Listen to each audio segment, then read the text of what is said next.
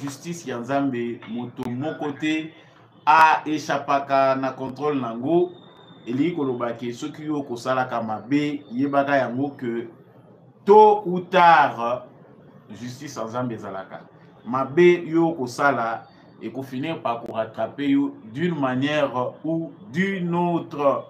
Vous êtes en direct sur GCAM Télévision, vous êtes déjà en ligne. Partagez les lives s'il vous plaît. Kotisa Baningao Nanuba Kotite, Kabola Live na groupe. Je suis en direct comme d'habitude. Partagez vraiment les lives s'il vous plaît. Samba Olonga est avec vous en direct de la ville-province de Kinshasa pour partager avec vous l'actualité. Large partage, like surtout, likez. Si vous n'êtes pas encore abonné à cette chaîne, veuillez le faire s'il vous plaît. À la une de notre actualité, le ministre ougandais des Finances, M. Ramadan Gbagbo, affirme que son gouvernement a déjà versé 195 millions de dollars américains à la République démocratique du Congo sur un montant de 325 millions. Mbongo oyo ya nyongo ya Uganda oyo bazali ko devoir na biso Congo basi bafuti une grande partie, on dirait déjà que c'est plus de la moitié, 195 millions. Ezokende wapi? Gouvernement congolais ko yebisa ba victime ya ba afre ya ba guerre wana mbongo ekei wapi? Mbongo wana ezali ko salima ndenge nini? Toko lobelango na kati émission oyo. Toujours parlant de l'Ouganda, le ministre de l'information et de la communication ba propos na ye tenu sur les plateaux de la télévision française TV5 Monde. Ezali ko continuer ko ça la sensation. Le gouvernement congolais continuera-t-il à cacher l'Ouganda ou ils vont condamner l'Ouganda dans son agression qui est égale à celle de la République du Rwanda? Sangwami Balé, MONUSCO a maintenu jusqu'au départ des troupes rwandaises. Pour le moment, les conditions ne sont pas favorables au retrait de la MONUSCO. C'est ce que déclare la ministre congolaise des Affaires étrangères, Madame Thérèse Kaikwamba. MONUSCO a kobima Congo, noki nokite MONUSCO a kobima sika wate, ezali likambo ya ba condition. Donc MONUSCO azali kovanda. Tokolo belango sika awa. Nous allons parler aussi de ces dossiers de Jules Alingeti. Dossier où ça la sensation mingi. Makambo yaba finance publique ya RDC, contrôle yaba finance ezali ko poser toujours problème. Jules Alingeti azali invité na procureur général près la Cour des comptes. Ba inspecteur na ye bandeko mususu bazali komona ke azali na qualité te ya kobengisa Jules Alingeti. Pourquoi l'IGF ne doit pas être contrôlé? Pour la nini procureur près ya Cour des comptes a singeli kobengisa IGF, la responsable ya IGF na ya GCAMIN. Qu'est-ce qui est à la base? Est-ce que IGF est pour la contrôler? Qui contrôle l'IGF? Toko lobelango nakati ya actualité na biso ya mokolo ya lelo toko bosa na pete ko pesa mwa kalumbandi toko bwaka ba fleur na mwana mboka Maître Gims oyo ndenge boza komona vidéo ezali ekomi viral baza koluka ko diminuer population congolaise mais na lolenge ya malamu te.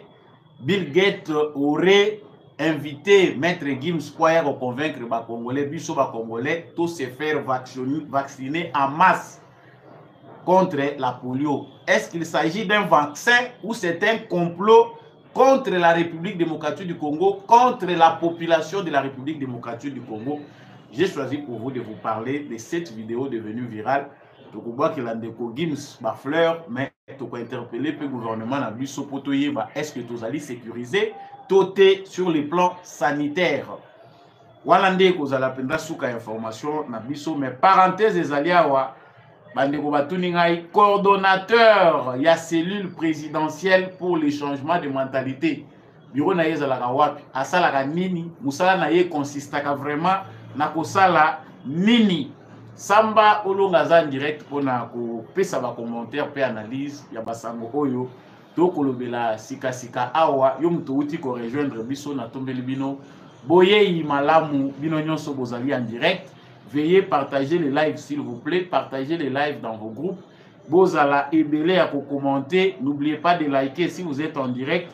En tout cas, manifestez-vous. Tous ceux qui nous suivent depuis Paris, Bandego Boza Rolanda Bisso, depuis Maroc, Tanger, Boza Rolanda Bisso, de partout à travers le monde, soyez nombreux à partager notre actualité et surtout commenter l'actualité comme d'habitude. Wazalendo na motema, FARDC na motema. Je venais de dire là tout à l'heure que ministre Yaouganda, le ministre ougandais des affaires qui concernent la finance, monsieur Ramadan Bobi, GG landani awa, ya on a zolandela kaka dossier on a lobby eza bangwandi to bangwaka po babo oyo ekotaka mingi pa na biso ayo pa bangwandi. Mais ministre ya Uganda ya finance ye wana pe aza monsieur Ramadan Gogubi, ye afongoli biso atalisi biso que mbongo oyo Uganda aza nango nyongo na RDC ezali 325 millions ndenge toyokanaki après justice cour pénale internationale ekataki que Uganda akozaki préjudice tango bayaki kobunda bitumba na bango basafrontaki les deux armées sur les sols congolais. Préjudice o bakozaki biso ezana bandeko bazalaki ba victimes, ils ont créé des ravages na kati ya sol congolais ole babunda na bamboka na bango baye kobunda na mboka na biso batu bakufa batu bazoka. Et c'est ce qui a fait que il fallait que Uganda devoir biso mbongo ebele. Mais sur base ya diplomatie na masolo ya kimia ndenge za la contre bamboka, ils se sont convenus sous l'ère Félix Tshisekedi que il faut Uganda apesa biso montant ya 325 millions de dollars. Mais ministre ougandais aza koyebisa biso sikawa que sur les 325 millions oyo ba ngaki ba pesa biso déjà somme ya 195 millions et si epesami. Donc ndenge toza koloba bwe Uganda sur la somme de 325 balongoli 195, faites les calculs à la maison, qu'est-ce qui reste? Donc la majeure partie ya mbongo il fallait qu'il ba dédommager biso basi ba pesi yango. Ngai kutu nazali na kolala ponginde komoko la musingai bandeko bozo komela biso de partout. Merci de nous réveiller. Des fois certaines informations toza pe ko olala bino pe bola musi biso to vandeli yango. Sikoyo 195 millions essayer kotaki na trésor public à moins qu'il y ait un démenti. 195 millions ezali canalisé na nini po mbongo a Congo soki ofungoli misu te oyeba ndenge ezokende te. Ozo awe komi phénomène likambo ya lisu likolo ya lisu confiance na mutu te. Bato yo façon banyokoli congolais façon congolais azo nyokwa de la part des dirigeants. Eza sous normalité que biso ba congolais tous pongi toza à l'aise tolobi que les dirigeants vont travailler polo ya lisu azo sala anda ye azo sala nini. Parenthèse ku tuneti na momo na za koloba bandeko bele bazo tuna est-ce que Jean-Pierre Bemba est toujours au pays ou il n'est pas là? Il est toujours ministre des Transports ou pas? Na kozongi la dossier wana 195 millions de dollars toyoki ka nde baza koloba na Kisangani baza kolunga kotonga moi soki monument moko à mémoire ya bato yo bazalaki ba victime. Mais nanu initiative moko claire et zoamité de la part du gouvernement congolais pour expliquer clairement quelles sont les initiatives mbongo Uganda azali ko bimisa ezali à cause ya préjudice au bango ba créaki et pas na biso. Est-ce que le gouvernement congolais pense indemniser ba victime to ezali mbongo et ko risquer koti na ngokaka toyoki o déjà basombaki yango mindoki? Ça c'est une question que moi je ne me pose pas parce que je ne suis pas victime, naza victime directe, mais bandeko ebele oyo ba yebi histoire wana ce qui s'est passé lorsque l'armée ougandaise s'est affrontée à l'armée rwandaise na sol na biso makambo bango ba créer 195 millions ils belé et ko créer ba projet pour permettre que ba récupérer ba congolais et belé oyo ba kutani na ba problème les congolais qui ont rencontré des problèmes bande ko na biso bazali ba sinistré bande ko na biso oyo bazali traumatisé. Avec des bons projets, on peut récupérer même jeunesse au lelo, ils allaient dans la rue. À travers des bons projets bien coordonnés, bah jeunes, bah maman, bah papa, bah coquille qu'on retrouve souffle dans certains coins sur base de bon. Les allaient les allaient alarme. Le deuxième point concernant toujours ces dossiers, c'est qu'au moment où nous sommes en train de parler, il y a présence des militaires ougandais sur le sol congolais. Non seulement dans les cadres, il y a partenariat, topé, collaboration entre l'armée ougandaise et l'armée rwandaise, mais derrière les M23. Pendant que l'Ouganda est en train d'indemniser les Congo pour n'avoir acte bango baposaki sur notre sol, le même Ouganda continue encore de violer les territoires congolais. Rapport il y a les Nations Unies est ici clairement. Même si tu peux se baser à 100%, tu peux que prédation ana ezali mission na bango collectif, bango ndé mutu bazo ko nuire na biso. Mais il est maintenant connu au niveau international que l'armée ougandaise opère aussi derrière les M23. Et là quoi ezo kamusa biso ezali que Patrick Mouyaya, ministre il y a information et communication porte-parole et gouvernement. Sur les plateaux de TV5 monde entier, ezali kolanda biso. Na yebite soki façon yongai na zweli yango congolais nyonso zweli yango ndenge wana. Ezali pas si pour na biso parce que le ministre affirme à l'objet que oui, nous avons les rapports que l'armée ougandaise serait aussi derrière le mouvement M23. Mais nous n'avons pas encore la certitude des mouvements de masse des militaires qui vont derrière les M23. Place Nazali, Mayami, Suitabolingaï, Nazakolila. Est-ce que nos militaires, ba ministre Nabiso, Bazwakata, formation, ya bouquet, ya renseignement, na communication publique, tant Bazwaka ba fonction na bango. Le monde entier, via les Nations Unies, ba yebi déjà que na groupe ya bateau baza ko agresser au Congo se trouve aussi l'Ouganda. Même si il y a une diplomatie qui fait que moyen toi attaquer directement Ouganda ezati. Nous devons d'abord faire semblant parce que c'est ça la ligne directrice il y a gouvernement na biso. Mais pourquoi pas ne pas dire que nous sommes informés de la situation et nous attendons d'agir le moment opportun. Gouvernement ougandais, il faut que tous alliés informés. Il y a nyonso bango bazali proposé comme acte sur le sol congolais. Toza komona ngote. Mais Patrick Mouyaya dit clairement qu'il y a azako zela soka moni balakisi na TV5 monde ndenge armée ougandaise ezako kota na sol congolais wana nde biso toza ba affirmation. Tout ce que le gouvernement congolais demande officiellement, c'est des éclaircissements au gouvernement ougandais par rapport à toutes ces allégations. C'est comme si le gouvernement congolais n'est pas encore convaincu que l'Ouganda aussi agresse le Congo derrière les M23.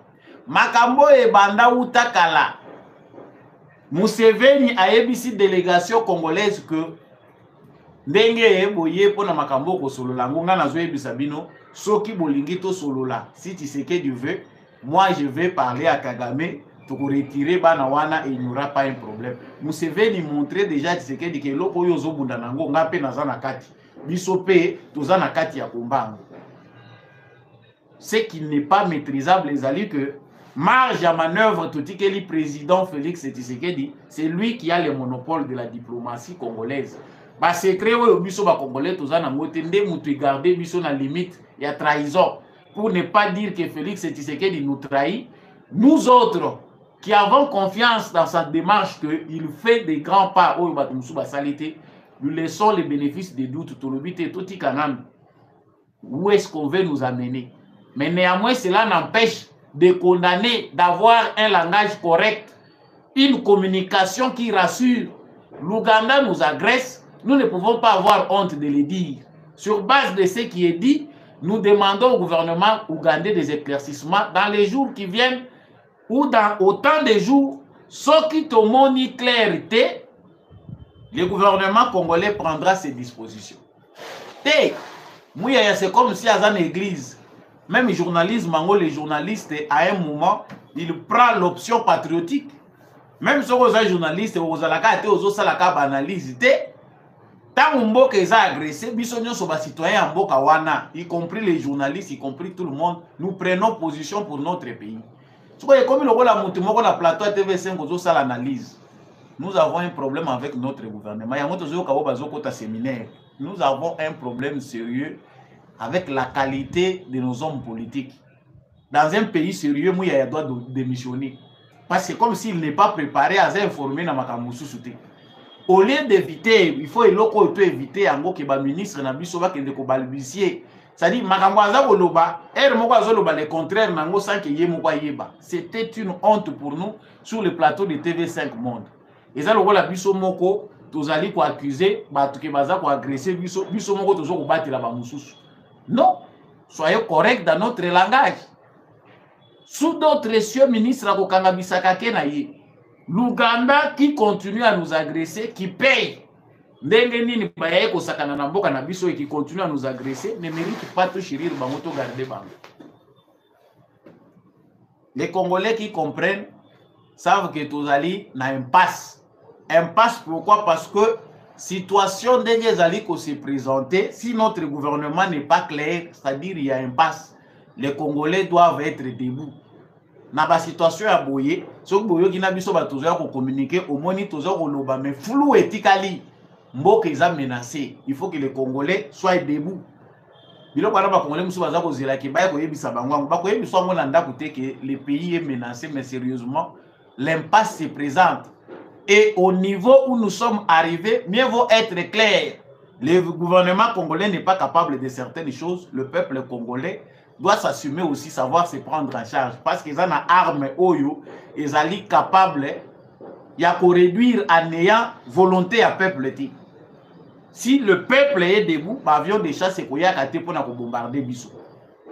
Pendant ce même temps, nous avons un autre complot qui se dessine, qui s'est déjà dessiné Bandakala, mais Bissau to yebaki na Bissau to belé la kipe, mais piège en haut et se refermer car les colons na Bissau. Enfin, le gouvernement congolais admet que la MONUSCO ne va pas partir. La MONUSCO sera maintenue jusqu'au départ des troupes rwandaises. Pour le moment, les conditions ne sont pas favorables au retrait de la MONUSCO. Wana ministre des Affaires étrangères, il y a RDC, nous avons combattu. Toulouba qui déjà très bien que Monsieur le Président de la République, décision aujourd'hui pour que MONUSCO qui ne échoué dans le mandat na Bango. La plus grande mission, il y a Nations Unies dans le monde, et à Congo. Et pendant 20 ans, plus de 20 ans, ils n'ont rien fait.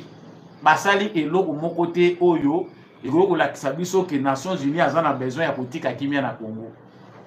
Devons-nous continuer à garder cette mission? Tshisekedi dans lobby non. Énergie Tshisekedi Félix Ayaki Nangoy Angouane. Mais total ça qui que bateau yo baza kotala chômage ya ba fonctionnaire na bango. Na système na bango ba imposer na biso. Les Congo est un état sous tutelle. Au moins des faits. Même si on va reconnaître en côté boyé dans les droits, mais des faits, nous sommes un pays sous tutelle. Oyo balingi kotika bisoti. Tshisekedi ya bundi na bango Nations Unies, tolingi Nations Unies akende, Nations Unies akende. Tout le monde bien année oyo ndenge processus à retrait déjà yantamaki. Babandi déjà ko se retirer dans certains points au contingent ya ba chinois etike biso bibundeli na bango. Au base tel e bandi ko céder batike ya mona maboko ya FARDC. Kaka lokola par enchantement, Kodeko, o Zaïre, o M23, o nini ADF, ba mouvement nyonso yo terroriste et la muki lokola par magie. Kaka po MONUSCO alinga kende. lokola tolobi ke Nations Unies faut bokende tozo mona te il faut biso moko to s'assumer to koluka ndenge nini to koyi ko collaborer na région pour que la force des Nations Unies soit remplacée. Babandi nanu na ko compliquer biso pendant 2 ans le gouvernement congolais n'est pas arrivé à avoir une précision, une certitude sur le départ définitif de la MONUSCO. Toujours la évolution sur le terrain, amplifier la situation. Ce qui se passe aujourd'hui, c'est bien calculé, planifié. C'est ce que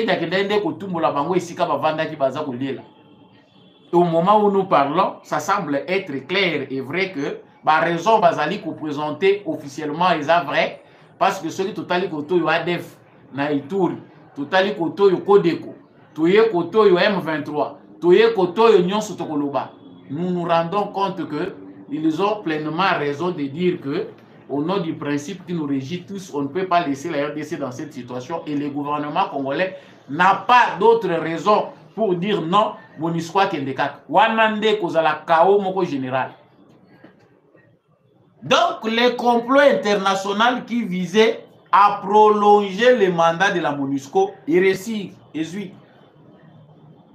donc, toujours au moment où la logique, et dans le mouvement, nous sommes toujours au Tangawa, basé na lien na système des Nations Unies.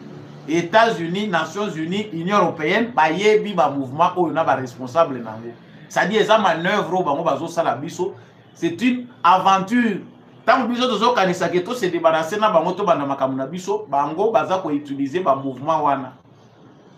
Pendant 20 ans, ba fonctionnaire à Nations Unies, ba komi ba commerçant sur notre sol, bazali ko collaborer na ba mouvement terroriste. Bayebisa biso mission nini ya ONU o réussir. Tozali na opération moko euti ko leka wa soki Springbok balancer ango MONUSCO na FARDC. Est-ce qu'on peut nous donner les rapports? Il y a opération wana o FARDC salaki na MONUSCO, résultat nango ezani rien. C'est-à-dire bazana kati ya ko distraire biso, bazana kati ya ko mema biso na aventure. La RDC est condamnée au système des Nations Unies. C'est-à-dire c'est une prise en otage. Le peuple congolais s'est levé, je pense, en 2022 ou 2021. Ce qui mémoire n'a pas profité. Pour Nakoloba, non, MONUSCO est fois kende. Nous avons perdu plus de 30 citoyens congolais. Paix à leurs âmes. Ba compatriotes Nabiso, ba koufi, pas assassinés par les rebelles, mais tués par les militaires des Nations Unies, les policiers des Nations Unies. Ba bomi bango. C'est les Congolais qui pensent que dans le moment où ndenge biso nyonso to Tshisekedi na monoko na biso qu'il a un bâton magique. Partagez les lives s'il vous plaît, ceux qui bossent en direct. Quelque part, nous devons comprendre que ndeko na biso aza mutu aza pe limité. Le Congo a des réalités qui nécessitent l'action d'un peuple mature. Le peuple congolais, ceux qui biso toza ko vanda totali Tshisekedi tolobi ke Tshisekedi va faire de tout c'est notre Dieu. To ko miko sabande konanga. Biso toza pe ko analyser situation toza ko mona ngo ke la situation à un moment ça peut paraître complexe, mais les Congolais n'ont pas compris que la balle est dans leur camp. Tout se joue entre les Congolais eux-mêmes et leur destin. Même Dieu qui nous a créés, c'est qu'à un moment, il faut muto yoikila munanga asa l'effort na yemo. Voilà maintenant ce qui se passe. Ba aventurer biso wa ba memi biso na makambu ya nini ya EAC. C'est toujours les Nations Unies, l'Union africaine balobité EAC et Zali pona komeka lokola MONUSCO azo sala retrait tokende na EAC. EAC ye MONUSCO bis. Babandi ko collaborer na ba rebelle. To bengani EAC, to bengi SADC, système ya Nations Unies eza ko landa Tshisekedi na diplomatie pour que la SADC et comme eloko yo instrument na bango nyonso mokili mobimba. Certains vont nous dire que les réalités ezagaga Tshisekedi asala ndenge basali na Mali, asala ndenge basali na Burkina Faso. Vous maîtrisez certainement bozana ba zone d'ombre na makambo zo koleka na mboka na bino moko. Les problèmes qui se passent au Congo ils ont identité na ya Ibrahim Traoré. Bango ba pays na bango ça peut se régler entre deux pays, hein, entre deux puissances. Mais ya Congo mutunyo so linga kota. Ezali point oyo moko focal eza kosenga que biso ba Congolais totelema L'air est grave, tout ne se jouera pas avec la sagesse de Tshisekedi. Ceux qui sont congolais, tu peux comprendre que ils ont une situation où ils ont une impasse. Bolandi, bato bazako kambabino, bomoni vraiment que c'est compliqué. Les conditions ne sont pas favorables au retrait de la MONUSCO. Maintenant, nous avons la MONUSCO sur notre sol, nous avons la SADC sur notre sol, notre armée est là. Mais nous sommes incapables, c'est-à-dire le Rwanda, si un tout petit peu l'Ouganda, et leur milice, leur mouvement terroriste M23, baza plus fort que les Nations Unies, bazali plus fort que l'armée congolaise. Absurde, pourquoi expliquer à mon ami à comprendre. Si ce n'est pas un complot, tu peux bien en chers compatriotes, il y a biso ezali kolobana bino.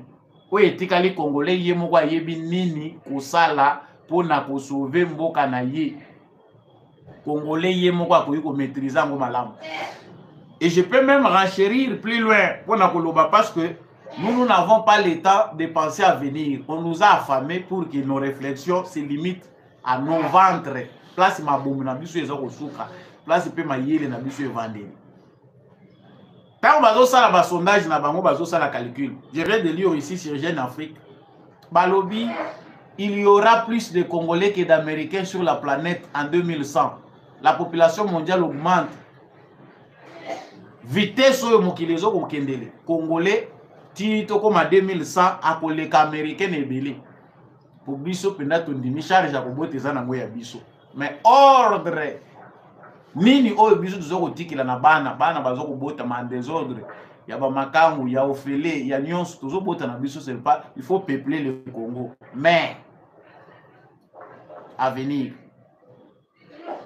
je reviens ça tant on azoko lobela je reviens sur ça tant on azoko lobela likambo ya Gims tuzoko zongela ngo mais il y a un dossier oyo ezako tenir nga na cœur je n'en ai pas parlé hier ezali dossier oyo ezali opposé IGF na procureur général près à Cour des comptes.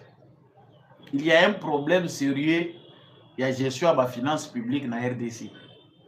Les politiciens congolais confondent les finances publiques avec leurs poches. Nous avons vraiment tendance à comprendre qu'ils ont un problème pour gérer la finance publique. Les Congolais qui veulent diriger, qui s'appellent élite, qui s'appellent leader, basant la notion de mon côté, il y a malamu ndenge nini ko gérer loko ezali bien public na le ba intérioriser mot. Nous avons beaucoup acclamé to beteli Jules Alingeti Maboko, un peu comme on a fait avec Nicolas Kazadi. Mais lelo to moni IGF est commis sous le feu des projecteurs et c'est un complot pour déstabiliser le travail fait ou abattu par Jules Alingeti ou c'est réellement la vérité. Tout commence tant que le procureur général Azali pour manifester désir naé à auditer IGF. Dossier oya telemeli nanu ya liboso abandeli dossier naé ezali ya koyeba. IGF bazali na mandat baza ba inspecteur ya financier ya République. Bango mutu baza kotalela misolo nyonso ya République que ça soit dans les entreprises publiques que ça soit dans les ministères que ça soit dans ba gouvernorat na biso. Mais baza na mandaté bakoma kosala musala mususu ya mibale likolo ya musala ya inspection bapesi bango. Ce dossier là peut paraître compliqué parce que ce qu'on l'a dit bato baza ko expliquer ba mususu baza ko pesa mona ba français à milai alors que les choses sont si simples. Mandat ya inspecteur ya IGF ezali ko kende kosala contrôle na ba entreprise publique na ba ministère sur base ya ba finance publique ko baza ko disposer nango basali lango lolenge nini est-ce que détournement ezate. Mais bandeko ya IGF bakei ko contracter contrat ya ko consultaka Jekamine. C'est-à-dire Jekamine na gestion na ye azaka na besoin ya ba consultant bato yo bakoki koyaka ko consulter kotala donc regard moko extérieur. Mais les inspecteurs de l'IGF qui sont censés inspecter pour na kotala finance eza gérer ndenge nini bazui cop wana. Note Jekamine muté proposa ki biso. Bakomi kokende kosala musala ya ki consultant na Jekamine. To monaki rapport ya musala o IGF akendaki ya inspection na Jekamine ezaki rapport moko dou. Musala ezosala makitoko en tout cas bakabweza bien Jekamine makabweza ko progresser. toyeba ki te que complaisance déjà bandi kokota malembe parce que balongwe déjà na cadre ya musala na bango.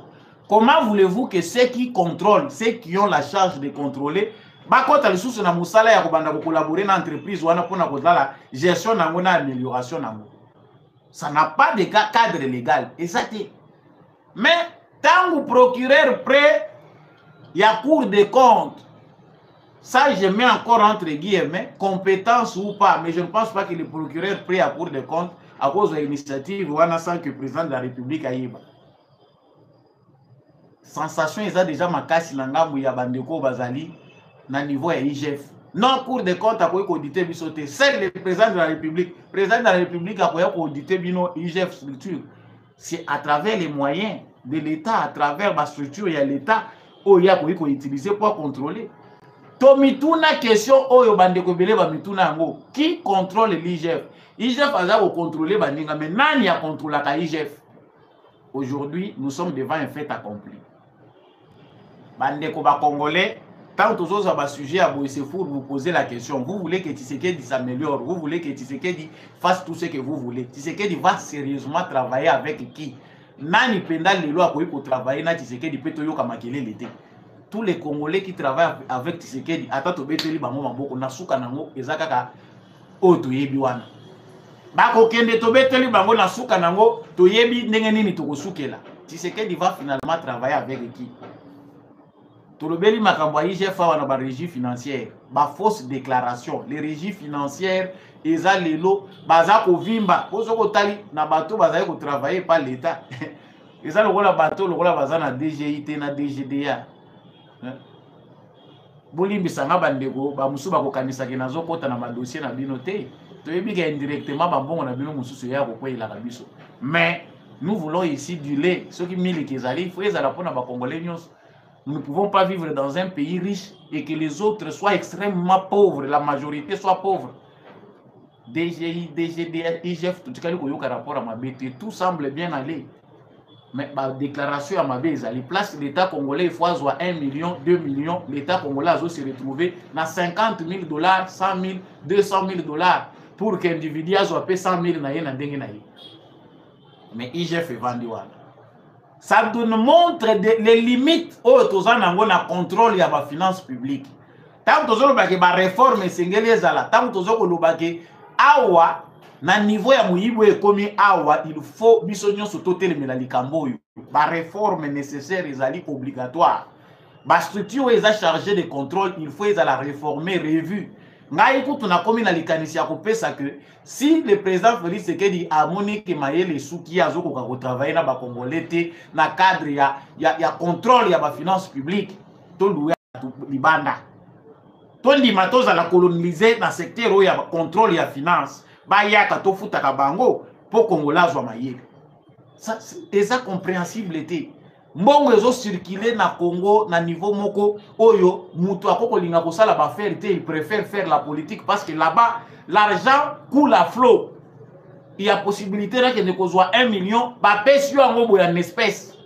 Je parlais d'un dossier à Obisono Sotosi to lobeli bande ko ebele pe basi ba lobeli yango. Président à l'intérim ya Sénat azoke ne ko retirer mbongo. Même ceux qui ont na bango ya fonds social, fonds spécial ya Sénat, bazo pesa mutu en espèces 750 000 $. Ata le dia ko futa bato na maboko procédure wana kwa ni cause la bancaire. On comprend que le vol est planifié, ils veulent que ezalaka ndenge wana. Tant bazo kota na ba institution, l'objectif n'est pas de réformer. Bazan attente à pour réfléchir ndenge biso tozali banda toujours réfléchir pour que ça s'améliore. Sa président Tshisekedi que pour la nini c'est parce que le peuple congolais confiance à Pesiango Mutumusouté, à Pesiango Ndena Tshisekedi. Peu importe ce qu'est notre constitution, les Congolais veulent tout et la Manzila Tshisekedi. Parce que mais si Tshisekedi aussi pense que la démocratie très tôt, au Pessabato démocratie, nous allons perdre beaucoup de temps. Les réformes que nous attendons ici, ceux qui Tshisekedi a pesé na poids na yenyonso, ta et kolekanango inutilement. Tout si to lekisi ta pour na composer gouvernement. To kolekisa lisusu ta ils n'auront pas à prendre ces initiatives. Ba yebi kezo kende na sens ya enrichissement na bangote. bango eloko ezo coûter bango ezo compter pona bango bazwa kalar na bango bazwi mbongo na bango esili oyoki kuna ozo kotala kuna na kati ya parlement oyoki Tshilumba yazotala neka makambo ya ba passeport diplomatique est-ce que a Tshilumba pardon na loba Tshilumbu ya bato Tshilumba aza na agenda ya UDPS ya politique socialiste oyo Etienne Tshisekedi abundelaki oyo ba jeune belé à toutes les générations va se sacrifier ezali ya kotia priorité na santé ya ba parlementaire non. Comprenne qui veut, chers téléspectateurs congolais, aza ko mériter qualité à ba dirigeant ou baza ko diriger. Inutile, nous sommes déjà habitués. S'il y a des gens qui pensent Tshisekedi, nous ne faisons pas pression. Tshisekedi est des fois limité, est aza individu à tous les niveaux congolais aza na mauvaise foi moko ko imaginer. Les gens pensent que et comme une guerre entre les communicateurs de Gilles Alinguet et les communicateurs de l'autre camp. Oui, tu es bien. Au Congo, les journalistes aujourd'hui sont des militants. Les journalistes, pour moutouaza dans la bonne volonté à la vérité comme le camp. Il faut pas auditer IGF. La conclusion c'est que l'IGF est la structure théorique à l'incontrôler. L'IGF doit aussi être audité. D'ici quand on va au salamalamuté, Alinguet yaza éternalité. Tozali kolukato émerger pour contrôler à la sérieux bato oyo ba malfaiteur o ba rejoindre politique pour ba comprendre que politique eza ko futa lisusu te il faut ba mona que ba gain na bango e diminuer yango biso to ko bete la CT na président Félix Tshisekedi nous on a compté sur vous fils d'Etienne Tshisekedi que point na yo politique et ko suffire na peuple oyo pour que ces gens ici abandonnent la politique eza vocation na bango te batika soki ba moni gente ba moni ke mbongo ekomi pasi pona kobima bakozwa bakokima na bango bakozala lisusu te.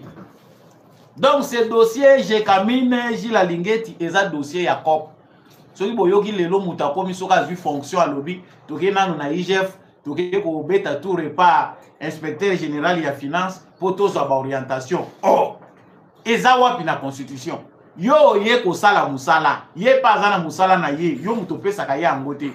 Mais tokomi komona ba mandataire public ba ministre bakomi kokende kobeta tour na IGF tour baza koluka nini non toye parce que il fallait s'attendre avec l'IGF des orientations azo koluka ndenge nini bakotikela yibaka il faut attendre ndenge nini akobanda kolela et vous verrez que des gens qui passent comme ça à l'IGF ba yebi que contrôle na bango et kozala te bakobanda ko contrôler bango te déjà yebi que ya déjà na sina fongoli stade lelo to koloba ville à Kinshasa ba photo ezo circuler bozo monango bon soto oyo ngobila tiki ya kimbuta kutu eza bien soko tali état ya hôtel de ville te bato baza bandoki sorcellerie eza congolaise bolimbisa ngai soki yo oza no ndoki te choqué yo te mais kindoki penda origine nango eza na Congo ngobilo atingamaki awa mais tant tozotala ndenge ezali. Mais on a envoyé un inspecteur financier pour auditer Ngobila. Si les autres ont un rapport à Malongate, c'est que Ngobila a bien géré la chose publique. Vous allez un peu comprendre comment ça se passe ici dans la République démocratique du Congo. Chers Congolais, nous voulons que ça change. Prenons Congolais azako kanisa keza pete. Kolongola muyibi na mboka histoire ya ba détournement na monde.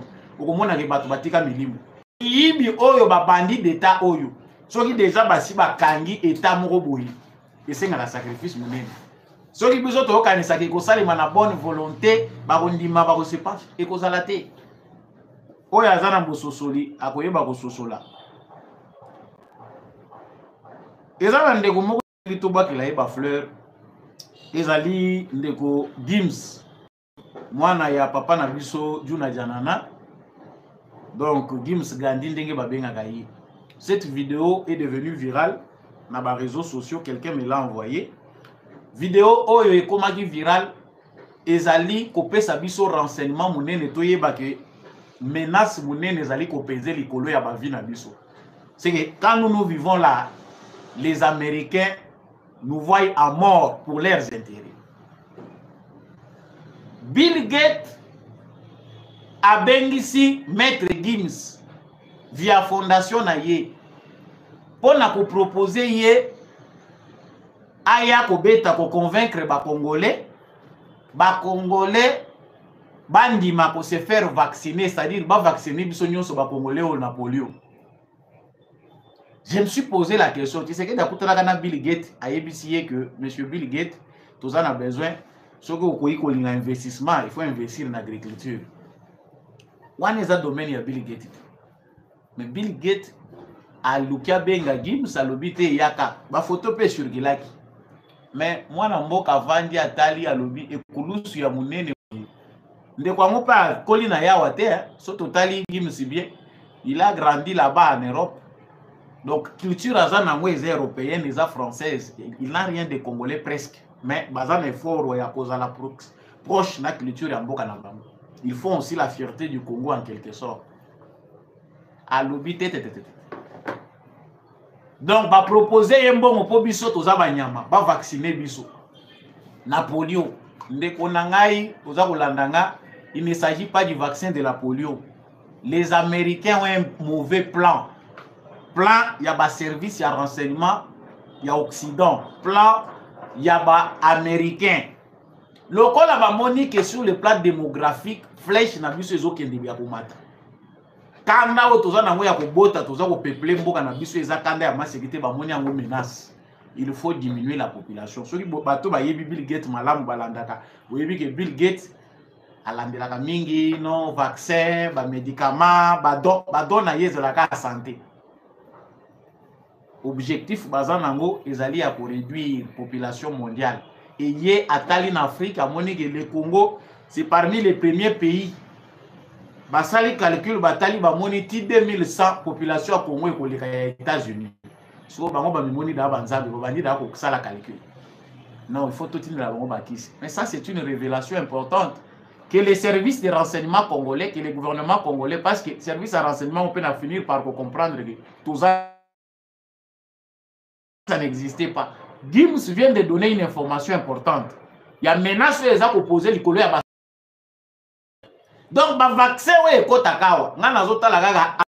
oui, je ne suis pas dans le secteur de santé, mais ce qu'on continue à l'hôpital, le nombre de basi de césarienne. Ce qu'on a un jeune couple, nombre de problèmes, il y a stérilité, où ils ont se poser, je me dis quand même qu'il y a quelque chose derrière. Et c'est là où on fait un hasard. Isolé. Il y a un complot là derrière. Bakaya ba complication ma bota soki botali yango bien économique augmenter na société na biso. Ce qui n'était pas normal biso tu bi ndenge toza kokola wa ba mama na biso ba ancêtre na biso po bota eza nango normal okeil pas aboti na ye bakaya complication ce sont des cas rares mais lelo kende bakaya belé komika yango wana. Le gouvernement congolais à travers le ministère de la santé na recherche scientifique, information ya maître Gims, il faut ezala bien étudier. Quel type de vaccin ou bakokotsa na Congo bino bondimi ba beta bana na biso. Ya on tozomona ba Congolais ba ko mba faiblard. Er moko bolimbisa ngai po soko tali bien na mono ndire mayele na biso komi petriqué. Makambo to mono eza sous normalité. Soko tali Congolais malili oyo, c'est quelque part on dirait ba tungoli biso to ba beti biso ba vaccin moko on dirait totalaka ba observateur. Chose qui n'est pas normale. Batoyo bazali na complot moko ya extermination de masse. Ba complot ya jaro yo da histoire eza ebele. Les démons comme les Bill Gates baza ba démons moko bazalaka baza entêté makasi. Donc lui a ses milliards, mais c'est les milliards. Il ne les met pas au service de l'humanité pour les biens, mais aza ko tchango pour exterminer les gens au profit d'un agenda secret. Biso to beleli. Oka oh fièvre, parce que tozo loba ozo yoka baza bango bazo déclarer. O mes azo déclarer ba épidémie mususu na Congo ezo bakisama. Pendant que nous parlons problème de la situation à l'est du Congo, pendant que nous cherchons à mettre fin à la faim, nous allons na Congo et nous parle d'autres virus. Ba virus moko baza ko tangilanga. Oui, ils ont senga o mes à intervenir. C'est-à-dire bango baza ko attaquer biso à tous les niveaux, baza ko lukela biso malade ni to bakisala bango. Nous devons rester distraits. Donc au vivre vie na yo mobimba na ndengo zo kufa, o moni na yo bonheur ya Congo angote. Alors que eux dans leur plan secret, na ba structure ya ba service à renseignement na bango, basi ba planifier ndenge ba vie na biso ekozala. Nous voulons des services de renseignement des services secrets basés sur les intelligences. J'ai du mal, clairement que les services nabiso ezali ko fonctionner normalement. Renseignement nabiso ba congolais ezali vraiment ko kende na lolenge singélité. Si monsieur le président Félix Tshisekedi peut se réveiller sur ce point pour que tout les mis à secteur ya recherche scientifique. Maintenant so ezali ko peser likolo na biso na bana na biso ezali makasi. Bokomona bana musuba ko bana ko bota mana ba handicap mental, bozo ko yeba te handicap wuti wapi parce que nous consommons tout. Bozo trier te, bozo ko yungula ngote ye kaka ndenge wana bazu tonga ba munene ba tie mwana bro atikali kabo des citoyens vulnérables. Intelligence c'est comme ko diminuer comme en dessous de la moyenne. Ah, il y a la façon pour illustrer, mais c'est que nous devons savoir que les plans qu'elle vient de dénoncer, les complots, où il a mis à travers vidéo, il y a Maître Gims, il faut bisognon surtout télémélayango. Voilà pourquoi il est important que les hommes d'affaires congolais, bateau et bazana ba moyen à Congo, tout ça la bloque ensemble pour tout faire face à complot ou na façon ba mondialiste baza ko kende. Bomoni ba liba bo Trump facilement kuna. Façon bazoli nga ba memela makambo. Ezo senga ki na ba nation bino pe boye ba ko simba na so bo simbite. Boye bino moko suite kozala nini. Na sukisi awa na interpellation mususu. Bande ko ebele baza peka ko la musaka biso. Merci na bande ko bozali ko éveiller conscience na biso. Les coordonnateurs de la cellule présidentielle pour les changements de mentalité. La présidence de la République, ils ont dirigé la cellule présidentielle pour les changements de mentalité. Na yebi que cellule la mope ezwa kambongo. Question d'abord premièrement ezaki ekufa to ezalaka. Soki ezalaka. Est-ce que vous pouvez expliquer biso ndenge bobandaka avant wana bosalaka ndenge nini pona kobunda bosalaka pona changement de mentalité vous faites comment? Parce que ça n'a pas structure mususu toujours koye ba sens na ngote vrai réellement. Moi j'ai pas critiqué nga pe na yebi dans un sens ko zo ba congolais baza ko loba pona loba ngo a haute voix. Et moi-même aussi, je trouve que Nabosanaki, cellule présidentielle pour les changements de mentalité, c'est la coordination nationale des changements de mentalité, un peu quelque chose de comme ça. Mais est-ce que vous avez la dépravation à ma mère? Quels sont les moyens mis à votre disposition? Vous œuvrez comment? Est-ce que le gouvernement congolais a retrouvé normal? À lire aux jeunesses congolaises, ils ont aucun. Est-ce que les alliés dans le secteur clé, le président de la République attire vraiment attention sur l'homme congolais? Parce que Félix Tshisekedi a début à premier mandat, l'homme congolais est au centre. Si Félix Tshisekedi change à Bossani, l'élément clé, où il a changé, toujours rappeler, président de la République, l'homme congolais sera au centre de votre action. Nous avons pensé que ça serait le contraire de Joseph Kabila. Joseph Kabila, l'oublié, moi, à reconnaître avant ya Kulungwawa, na Malembe. Alobi que il a échoué, c'est qu'il n'a pas pu changer l'homme congolais. Mais Bissot Lingite qu'après 10 ans que Félix Tshisekedi aussi disent la même chose, qu'il n'a pas pu changer l'homme congolais. Il faut plus de rigueur, ça ne coûte rien. C'est le secteur où on peut mettre moins de moyens. Ceux qui basent coincé, basent pression, tu veux que Bissot se changer, mais les modèles viennent venir d'en haut. Émission, Yamukolo Yalelo et Komina Souka. Samba olonga maluba kolobi ezalaka ebele, mais tu comprendre que la télévision ezalaka tango bande ko musu bazoli la méga na 21e siècle congolais za kolela méga alors que tout est au Congo. Bon fibre optique balia biso méga na kishase kutaka cher. Merci na bino ba union so bolandi biso de partout à travers le monde. Mutu ya pona ngezalaka ke Congolais la muka. Bendele ya ekolo Congo et continuer kozala debout. Merci Nandekombi à chaque fois na sima caméra pe na réalisation pour cette émission Oyo et comme on habite dans Nabino matondo mingi na votre Gérard Kabeya Chovo. Merci mingi na papa Maurice Kikangala, l'homme de la vérité des urnes Jean-Louis Timbalanga. Merci à papa Freddy Ngwama, papa Bonifunga, papa Michel Lumakaso. Merci à maman Bilbilonda, maman Lisette Mbendou, maman Anima Samba, papa Freddy Ngwama, papa Kennedy Mukendi. Vous êtes en ligne, vous avez Bolanda Bisso depuis Paris, vous avez Bisso depuis Allemagne, vous avez Bisso depuis Afrique du Sud, vous avez Bisso depuis Lodja, Katakokombe, Mbujimai, vous avez Bisso na Likasi, vous avez Bisso na Maroc, partout bolandaka biso ata na tangi kombo na bino te boyeba ke on est ensemble. Congo et kokende kaka liboso. Gardons notre foi. Likez, abonnez-vous si vous n'êtes pas encore abonné, surtout Kobimate sans ko liker. Tokutani prochainement na émission Moussous.